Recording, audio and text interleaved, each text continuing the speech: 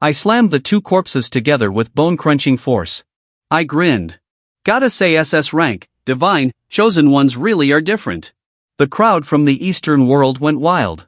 Some were yelling my name, and girls were almost fainting over me. They can have the wedding. I'll marry him. No dowry. No strings. Heck, I'll give you 10 houses as a dowry. In the meantime, pandemonium broke out in the Sakura Kingdom position. The crowd transitioned from smug to urgent, pleading with Yamato Haruki to unleash his holy anger and destroy the entire kingdom of Daisha. Even their quaking emperor was aware.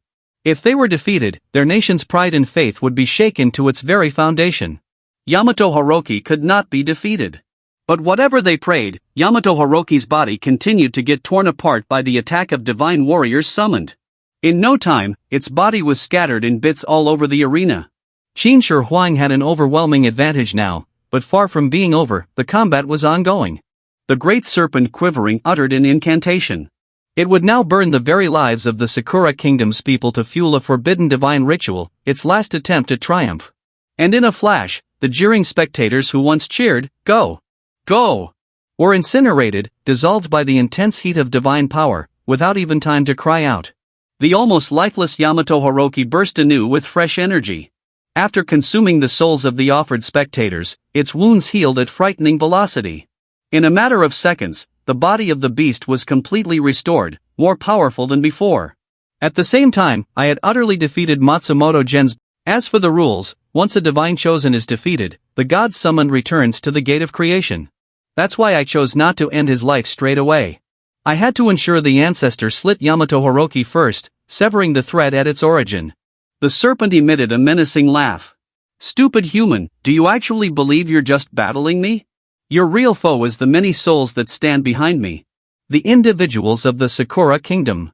Qin Shi Huang narrowed his eyes in contempt. "So those you refer to as your people are just something to be consumed and discarded? You have the audacity to refer to yourself as God?" For the first time, the emperor's voice boomed with rage. "You use your followers like cattle to the slaughter and have the temerity to refer to it as divine." Fear spread through the Sakura Kingdom stance. Most had already escaped, afraid they'd be the next ones consumed by the monster they once worshipped. Qin Shi Huang, who in vain sought immortality and was once ridiculed for it, now sneered. "Maybe I never gained eternal life, but I learned a method. It won't make me divine, but it's greater than plenty to kill a pretender like you." The emperor flew up to the heavens, covered in shining gold. He recited a solemn oath, "May all living beings ascend like dragons, and may the name of the first emperor resound eternally." The next instant, shafts of golden light flashed out from his form, raining down upon each warrior who had called upon a guardian spirit like divine rain, bestowing the last will of the first emperor upon them.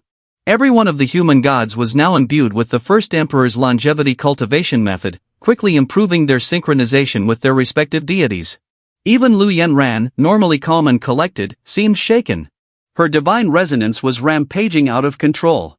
And it wasn't only her. Everyone felt as though an irresistible power was building up inside them. Meanwhile, the body of the first emperor had weakened, as fragile as a candle flame dancing in the wind. But he had no regrets.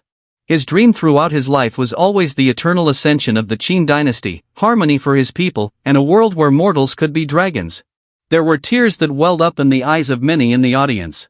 This then is the heart of our forebears, a mortal who's not afraid to imagine greater than the gods themselves. The emperor's breathing became more labored with every second.